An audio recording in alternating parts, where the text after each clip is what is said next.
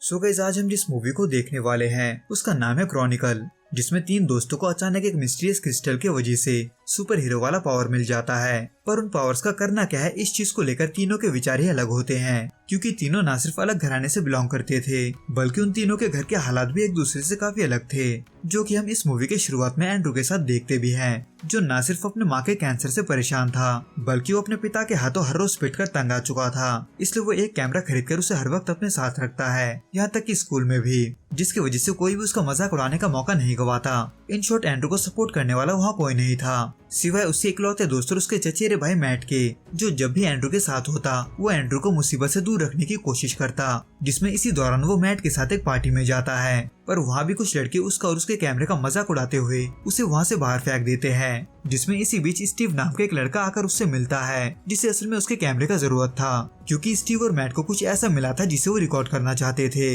लेकिन जहाँ पर स्टीव उसे लेकर जाता है, वहाँ के जमीन में एक बड़े से गड्ढे को देखकर एंड्रू अंदर जाने से थोड़ा हिचकिचाता है। पर अब जब मैट और स्टीव दोनों ही उस गड्ढे के अंदर जा चुके थे, तो ऐसे में एंड्रू के पास उनके पीछे जाने के अलावा कोई ऑप्शन नहीं बचता। जहाँ कुछ देर चलने के बाद उन्हें एक बड़ा सा क्रिस्टल दिखाई देता है, पर वो क्या है और वो कहाँ से आया है, इसके बारे में उनमें से किसी को भी नहीं पता था। पर किसी अनजान रीजन की वजह से वो क्रिस्टल स्टीव के छूते ही ग्लो होने लगता है। लेकिन सिर्फ इतना ही नहीं, बल्कि इसकी वजह से ना सिर्फ स्टीव के नाक से खून बहने लगता है, बल्कि वो सभी एक एक करके बेहोश भी हो जाते हैं, जो कुछ समय के बाद फिर से होश में तो आते हैं, लेकिन इस बार उन्हें अपने अंदर कुछ डिफरेंट महसूस होता है। इन शॉर्ट, उन तीनों को ही धीरे धीरे अपने सुपर पावर के बारे में पता चलता है, पर उस पर उनका कोई कंट्रोल नहीं होता। इसलिए वो अपने पावर्स को परखने के लिए हर रोज प्रैक्टिस करते हैं, जिसको एंड्रू अब भी रिकॉर्ड करना नहीं छोड़ता, बल्कि वो इन सबको एक डॉक्यूमेंट्री बनाने के लिए रिकॉर्ड करता है। और अब जब उन तीनों को अपने पावर्स का मिलने का राज नहीं पता था, तो ऐसे में वो फिर से उस गड्ढे की तरफ जाते हैं। लेकिन न सिर्फ वो गड्ढा तब तक धंसकर बंद हो चुका था, बल्कि वहाँ चारों तरफ पुलिस वाले भी भरे हुए थे। लेकिन उन्हें इन सबसे कोई फर्क नहीं पड़ता,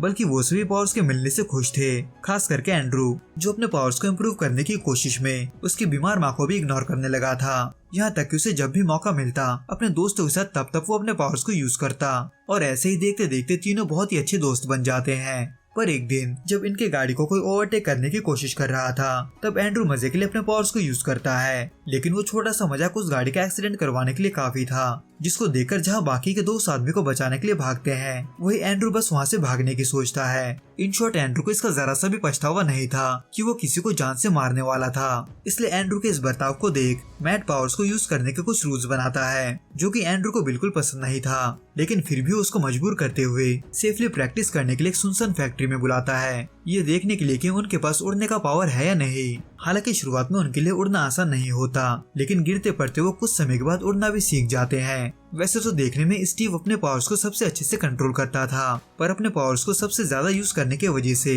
एंड्रू का पावर अलग ही लेवल पर चला गया था, जिसके घमंड में एंड्रू उल्टा अपने पिता पर ही हाथ उठा देता है, जो एंड्रू से सिर्फ उसके माँ का ख्याल रखने के लिए बोल रहा था। इसलिए इन सबसे अपसेट होकर एंड्रू कहीं चला जाता है, जहाँ असल में चारों तरफ तूफान के बादल बन रहे थे। इसलिए स्टीव इसको सेफ न समझते हुए एंड्रू को वहाँ से अपने साथ चलने को बोलता है, पर एंड्रू अपने गुस्से में इतना खो गया था कि वो अनजाने में अपने पावर्स को यूज करके उस तूफान को और भी खतरनाक बना देता है। इतना खतरनाक कि उस तूफान का कड़कता बिजली स्टीव को मार ही देता है। हालांकि मैट इन सब बातों से अनजान था, लेकिन वो भी ये जानता था कि स्टीव इतना भी पागल नहीं था कि वो यूं ही तूफान के अंदर जाए। इसलिए वो एंड्रू से स्टीव के ऐसा करने का रीजन पूछता है, पर एंड्रू मैट से कुछ नहीं कहता, क्योंकि उसे इसका जरा सा भी पछतावा नहीं था, बल्कि वो खुद को अनस्टॉपेबल महसूस करता है। इसलिए वो सबसे पहले स्कूल जाकर उन लड़कों के दांत उखाड़ देता है जो उसको पीटा करते थे, जो कि वैसे तो मैट के बनाए गए रूल्स के खिलाफ था। पर इसमें जो चीज और भी अजीब होता है वो होता है एंड्रू का उन दांतों को लेकर डॉक्यूमेंट्री बनाना, जिसमें वो अपने पावर्स का बखान करते हुए अपने पावर्स पर बड़ा ही गर्व करता है। इसलिए एंड्रू को अपना हाथ पार करता देख